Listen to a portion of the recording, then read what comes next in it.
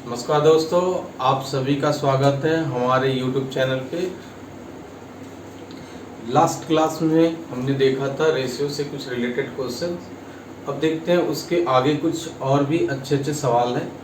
जैसे हमने लिखा है बोर्ड पे, देख सकते हैं। पहला सवाल आज का, a बाई बी बराबर b बाई सी बराबर c बाई डी बराबर d बाई ई, जो इक्वल है 3/4 का।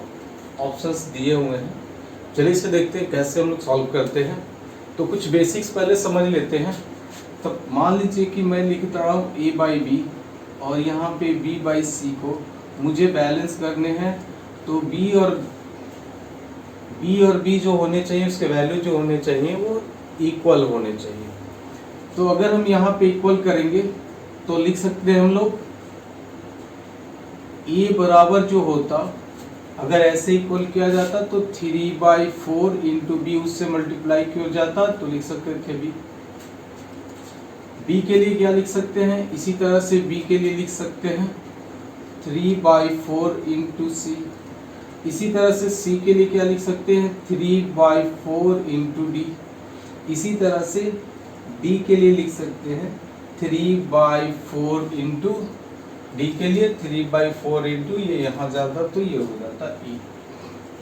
चलिए अब देखते हैं, बैलेंस करते हैं।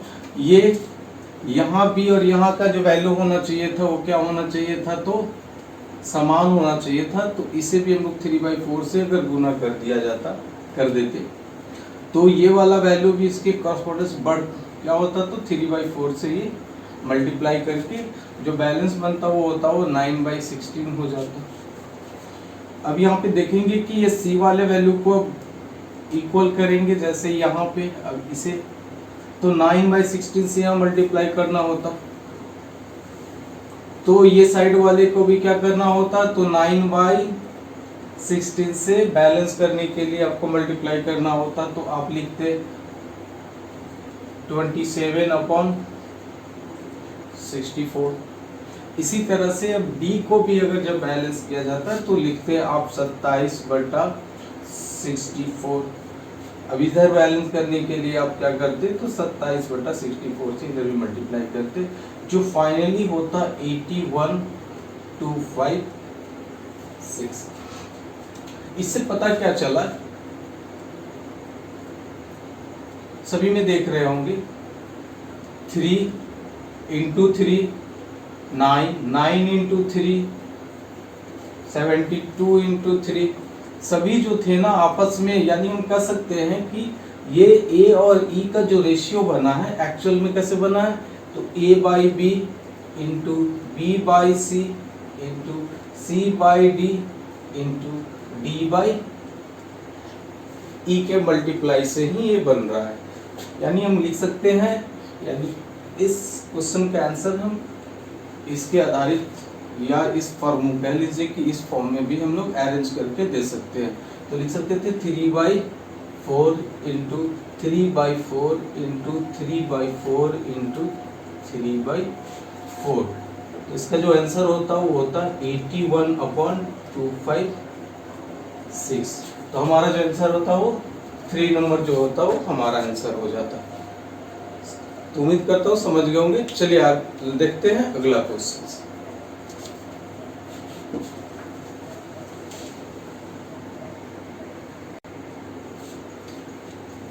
आइए सेकेंड नंबर क्वेश्चन को देखते हैं। क्वेश्चन कहता है दो संख्याओं का योग 100 है तथा उसका अंतर डिफरेंसेस जो है वो कितना है, तो 50 है। तो दोनों संख्याओं का अनुपात कितना होगा, तो दोनों संख्याओं का अनुपात कितना होगा। तो हम जानते हैं कि अगर ये x प्लस वाई का वैल्यू दिया हुआ है, कितना दिया हुआ है 100, और x माइनस वाई का वैल्यू दिया हुआ है 50। तो एक बार अगर हम कहें कि अगर x प्लस वाई और x माइनस वाई का सम जो होता वो कितना होता, तो आप कहते हैं कि x plus y plus x minus y जो होता वो 2x के बराबर होता, और इधर a प्लस b के बराबर होता यदि ये a के लिए लेते और ये अगर b के लिए होता तो, यानी 2x बराबर हम लिख सकते थे कितना, तो a प्लस b बाई, तो ये वाला अगर इधर जाता तो लिखते a प्लस b बाई 2। तो इसी तरह से ये भी कह सकते हैं कि इनका अगर माइनस होता तो कितना होता, तो माइनस करते तो कितना हो जाता, x plus y minus x plus y बराबर a माइनस बी। तो इस बार क्या होता, तो x x कट जाता और 2y बराबर हो जाता a माइनस बी और y बराबर हो जाता a माइनस बी बाई 2। तो इस तरह से हम लोग कह सकते हैं कि इनका जो प्लस होता है और इनका जो माइनस होता है, जब इन्हें जोड़ा जाता है तो ये 2x बराबर होता है इन दोनों के सम का, यानी 150। और जब इन्हीं को माइनस किया जाता है तो कह सकते हैं कि 2y जो होता वो कितना होता, तो इनके डिफरेंसेस के बराबर होता। तो कह सकते थे ये हो जाता आपका 50। तो ये यहाँ से काट लीजिए, अगर इनका रेशियो निकालना होता तो आप यहाँ से भी निकाल सकते थे। तो x और y का जो रेशियो होता वो कितना होता, तो 3:1 का। यानी हमारा जो आंसर हो जाता वो कौन सा हो जाता, तो पहला होता। यानी ये हमारा कॉन्सेप्ट है, यहाँ से आप थॉट्स डेवलप कर सकते हो, सोच सकते हो कि कैसे ये फॉर्मूला जो होती है वो बनी होगी। तो ये आपका फॉर्मूला है, इसे आप लिख सकते हैं, लेकिन इसे याद रखिएगा सॉल्व कैसे करेंगे, तो इस तरह से करेंगे। चलिए नेक्स्ट क्वेश्चन में आते हैं।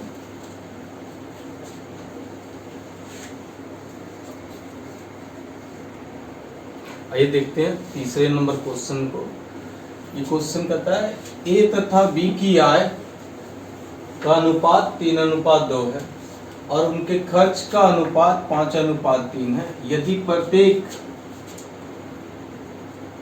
जो है वो 1000 रुपए बचाता है तो ए की आय जो है वो कितनी है। एक तो ऑप्शन से भी आप बना सकते हैं, ठीक है। चलते हैं, थोड़ा सा कॉन्सेप्ट पहले सीख लेते हैं। तो सॉल्व जो करेंगे वो क्या करेंगे, तो बोलेंगे कि इनकम जो है वो कितनी है, तो इनकम का जो रेशियो है वो 3:2 है। और खर्च का जो है इनकम, और खर्च जो है वो एक्सपेंडिचर जो है वो कितना है, तो आप बोलेंगे 5:3 के रेशियो में है। और यहाँ पे जो इनकी बचत है सेविंग, तो इनकम में से एक्सपेंडिचर माइनस कर दिया जाए तो सेविंग होता है, जो कि वो दोनों जगह क्या होने चाहिए, यहाँ और यहाँ जो होने चाहिए वो सेम राशि होनी चाहिए। तो कह सकते हैं कि इसमें कितना से मल्टीप्लाई करते जाया जाए कि इन दोनों का डिफरेंसेस सेम हो जाए।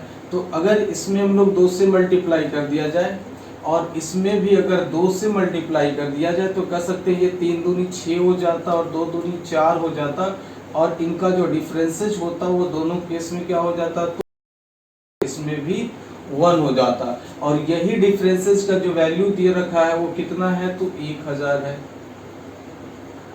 1000 रुपया। अगर 1/1000 है तो ये 6 भाग कितना होगा, तो 6000, और 4 भाग कितना होगा, तो 4000। हमसे पूछा गया है कि ए की आय कितनी है, तो ए की आय कितनी है, तो 6000। तो हमारा आंसर हो जाएगा 6000। तो इस तरह से आप आसानी से इसे बनाया जा सकता है। इसके और भी मेथड्स हैं, लेकिन सबसे अच्छा मेथड यही है। चलिए आगे देखते हैं, नेक्स्ट क्वेश्चन की ओर बढ़ते हैं। चलिए क्वेश्चन नंबर 4 पे आते हैं। दो संख्याओं का औसत 62 दिया हुआ है। यदि छोटी संख्या में 2 जोड़ दिया जाए तो संख्याओं के बीच का अनुपात 1:2 हो जाता है। तो छोटी संख्या क्या है, तो ये देखते हैं। तो दोनों संख्याओं का अगर औसत 62 है, एवरेज जो है वो क्या है, तो 62 है दो संख्याओं का, तो इस दोनों संख्याओं का योग कितना हो जाएगा, तो दोनों संख्याओं का योग जो होगा वो कह सकते हैं 62 × 2 हो जाएगा, यानी 124 हो जाएगा। चलिए अब देखते हैं थोड़ा सा कि अगर मान लीजिए छोटी संख्या जो मेरी होती, छोटी संख्या जो होती अगर वो x होती, तो बड़ी संख्या कितनी होती, तो 124 - x होती। तो बड़ी संख्या कितनी होती, तो 124 माइनस x होती। उसके बाद क्या बोल रहा है कि यदि छोटी संख्या में 2 जोड़ दिया जाए, चलिए इसमें 2 जोड़ देते हैं तो x प्लस 2 बन जाता है ये संख्या। तो इनका अनुपात जो है वो कितना बन जाता है, तो 1:2 बन जाता है, यानी इसका और इसका जो रेशियो होता है 1:2 बन जाता है, यानी 124 माइनस एक्स जो होता है 1:2 बन जाता है। अगर मुझे इसके और इसके बराबर करने होंगे तो रेशियो भी आपस में बराबर करने होते, इक्वल करने होते, इसलिए इसको 2 से मल्टीप्लाई करके इक्वल कर दिए, यानी ये दोनों आपस में क्या हो गए, तो बराबर हो गए। तो कह सकते हैं ये दोनों भी आपस में बराबर होते, लेकिन कब होते, जब इसमें क्या किया जाता, तो इससे मल्टीप्लाई कर दिया जाता है, कितना, तो ये वाली संख्या से। तो लिख सकते थे अब कि x प्लस 2 इंटू 2 बराबर हो जाता 124 माइनस एक्स का, और ये कितना लिख सकते थे, तो 2x प्लस 4 बराबर हो जाता 124 माइनस एक्स का। ये x इधर ले जाइए, इसे इधर ले जाइए, तो लिख सकते हैं कितना आप, तो आप लिख सकते हैं 3x जो हो जाता वो 120 के बराबर हो जाता, और x जो होता वो 40 हो जाता। यही आपका आंसर है। तो 3rd नंबर आंसर कर सकते हैं कि। चलिए आगे नेक्स्ट क्वेश्चन में देखते हैं। 5वां नंबर क्वेश्चन की ओर बढ़ते हैं। ABC में एक धन का राशि को क्रमशः 1/2, 1/3 और 1/4 के अनुपात में बांटा जाना है। B जितना पाता है A उससे 400 रुपए अधिक। ध्यान देंगे यहाँ पे, A जितना पाता है, B जितना पाता है उससे A की जो राशि है वो कितनी होनी चाहिए, तो 400 अधिक होनी चाहिए। तो बोला कि संपूर्ण राशि यानी टोटल वैल्यू आपसे पूछ रखा है। तो लास्ट क्लास में हम लोग देख रखे थे कि अगर फ्रैक्शन में जब ये रेशियो होते हैं तो इनके एलसीएम को ही हम कुछ मान लेते हैं। तो चलिए मान लेते हैं कि अगर ABC ठीक है ना, 1/2 है, 1/3 है, 1/4 है, तो A को क्या कहेंगे, तो सबके बराबर कह दे अगर कि ये एलसीएम, यानी एलसीएम किनके 2, 3, 4 के एलसीएम ले लिया जाए तो ये 12 होता। तो A के लिए जो वैल्यू होता वो कितना होता, ठीक है। तो हम कहते हैं A के लिए जो वैल्यू होता वो कितना होता, तो 1/2 इंटू 12 होता, यानी 6 बराबर। B के लिए कितना होता, तो 1/3 इंटू 12 होता 4, और C के लिए जो होता वो कितना होता, तो आप बोलते हैं 1/4 इंटू 12 होता, यानी 3। पूछा क्या है, तो हमसे पूछ दिया है कि संपूर्ण टोटल राशि ज्ञात करनी। तो टोटल राशि होती, अगर इसे राशि बना दिया जाता तो 4x, 3x, 6x में, तो आप कह सकते थे कि ये टोटल जो होता वो 13x के बराबर होता। अगर x का वैल्यू यहां से आप निकाल लेंगे तो ये आंसर भी आपका यहाँ पे आ जाएगा। चलिए x का वैल्यू देखते हैं कहां से निकाल सकते हैं। तो यहाँ पे दिया हुआ है B जितना पाता है A उससे 400 रुपए अधिक पाता है, यानी B और A का जो है उनके बीच का रिलेशन दे रखा है। तो देखेंगे B कितना है, तो 6 और A कितना है, तो 6 और B कितना है, तो 4। इनके बीच के डिफरेंसेस दे रखे हैं, कितने हैं, 400, यानी 2x का वैल्यू कितना दे रखा है, 400। तो x का वैल्यू कितना हो जाएगा, 200। अब मुझसे क्या पूछ रखा है, 13x का वैल्यू पूछ रखा है। तो लिखेंगे 13 इंटू x का वैल्यू कितना है, 200। तो आंसर कितना हो जाएगा हमारा, तो 2600। तो आपका 4 नंबर जो होगा ऑप्शन वो आपका सही आंसर होगा। चलिए आगे देखते हैं अगले सवाल 6 नंबर। 6 नंबर क्वेश्चन, पूरे संसार में स्थल एवं जल का अनुपात 2:2 कितना है, तो 1 है। यह अनुपात उत्तरी गोलार्ध के लिए 2:3 है, तो दक्षिणी गोलार्ध में इसका अनुपात कितना होगा। आइए देखते हैं। स्थल कितना है और ये जल है, ये दे रखा है कि ये 2:1 है पूरे संसार में। और अगर बोला जाए कि ये उत्तरी गोलार्ध में जो है वो उत्तरी गोलार्ध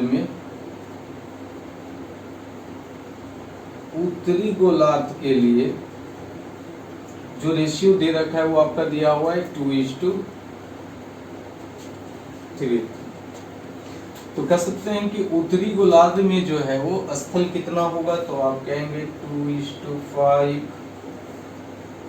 स्थल कितना होगा उत्तरी गोलार्ध में, तो स्थल जो होगा वो 2:5। अब क्या कर सकते हैं, तो अगर मान लीजिए कि दक्षिणी गोलार्ध में हम मान ले कि स्थल और जल का जो रेशियो है वो कितना हो जाए, तो दक्षिणी गोलार्ध में अगर मान लिया जाए, चलिए दक्षिणी गोलार्ध में स्थल और जल का जो रेशियो है वो मान लिया जाए x:y होता, तो कह सकते थे ये जो होता प्लस कर दिया जाता x/x+y, ये दोनों मिलके कितने होने चाहिए थे, तो इस स्थल के बराबर हो जाने चाहिए। यानी ये स्थल कितना होता, तो 3 भाग में से 2 भाग होता, 3 भाग में से 2 भाग होता, तो लिख सकते थे 2 ये कितना होता 3 होता। तो x/x+y का मान जो होता वो कितना होता, तो इन दोनों के डिफरेंसेस के बराबर होता। तो लिख सकते थे कि एलसीएम जो होता वो डिफरेंसेस में कितना लेते, तो 15 लेते। ये साइड आकर क्या हो जाता, ये साइड लेते तो ये हो जाता आपका -2/5 अगर इसे ये साइड लेके जाया जाए तो, ठीक है। तो कितना होता, इसे यहीं पे माइनस कर दिया जाए तो 2/5 लिख देते हैं यहीं पे। तो ये लिख सकते थे एलसीएम जो होता वो 15, ये हो जाता 10 और ये हो जाता -6। तो आप कितना लिख सकते हैं इसे, तो आप लिख सकते हैं 4:50। यानी x का जो वैल्यू है वो कितना है 4 है। तो लिख सकते हैं x बराबर, ये साइड में लिख लें यहाँ पे, तो x बराबर कितना आया 4।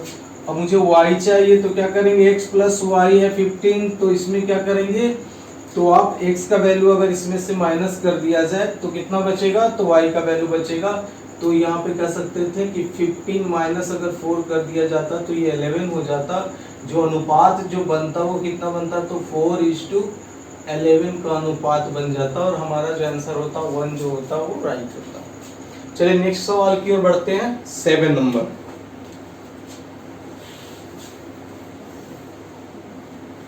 पूरे संसार में यह स्थल एवं जल का अनुपात जो है 1:2 है। यह अनुपात उत्तरी अर्धगोलार्ध में, अभी कुछ देर पहले लास्ट क्वेश्चन जो देखे थे उसमें सिर्फ दिया हुआ था उत्तरी गोलार्ध में, यहाँ पे उसी से रिलेटेड उसी के जैसा एक क्वेश्चन और पूछा जाता है आपसे कि उत्तरी अर्धगोलार्ध पर यह अनुपात 2:3 है, तो दक्षिणी अर्धगोलार्ध पर यह अनुपात कितना होगा।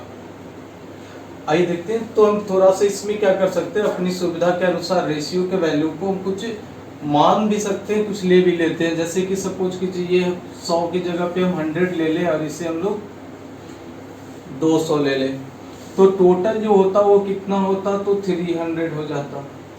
टोटल आपका पूरा का पूरा उत्तरी गोलार्ध और दक्षिणी गोलार्ध सभी को मिला दीजिएगा 300 होता। इसमें बोला है उत्तरी अर्धगोलार्ध, तो उत्तरी अर्धगोलार्ध जो होता वो कितना होता 150, और अगला जो होता वो भी कितना होता, तो 150।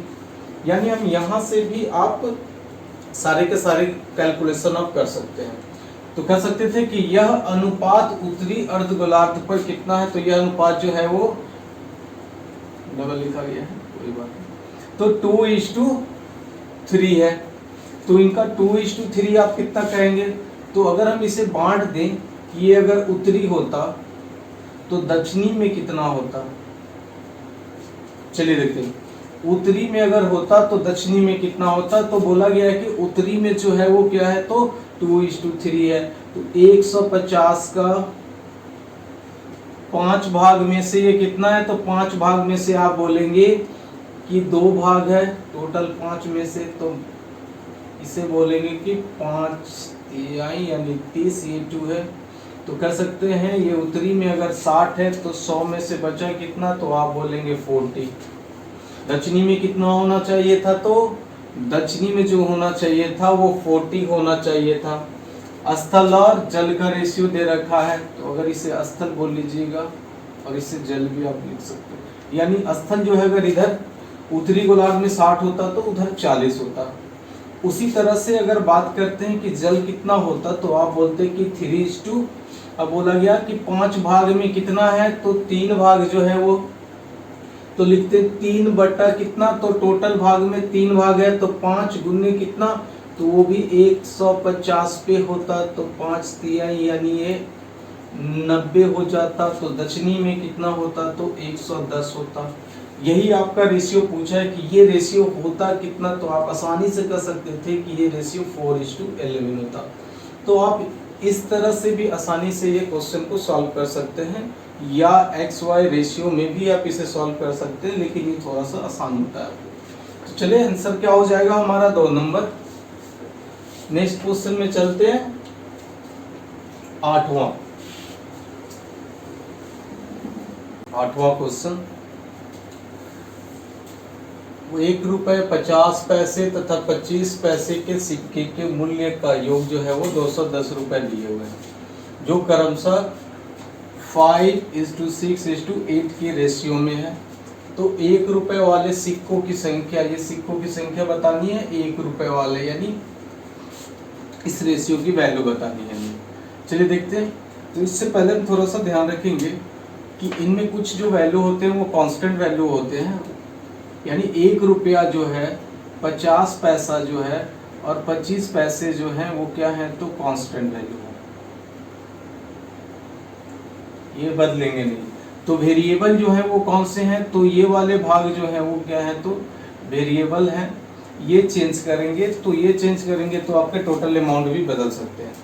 चलिए देखते हैं इस क्वेश्चन में तो क्या दिया हुआ है, 1 रुपया दिया हुआ है, दूसरा जो है वो 50 पैसा। इसे भी 1 रुपये के फॉर्म में लिख लेंगे तो लिखेंगे 1/2 रुपीज, और इस 25 पैसे को लिखेंगे तो 1/4 रुपीज। अब इनका जो रेशियो, सिक्कों की संख्या जो दी गई है वो कितनी दी गई, तो बोलेंगे 5, ये है 6, ये है 8। अगर इनकी संख्या बना लेंगे तो x क्या करेंगे, तो इसमें मल्टीप्लाई कर लेंगे। तो ये सिक्कों की संख्या है, ये सिक्कों की संख्या है, तो टोटल अमाउंट जो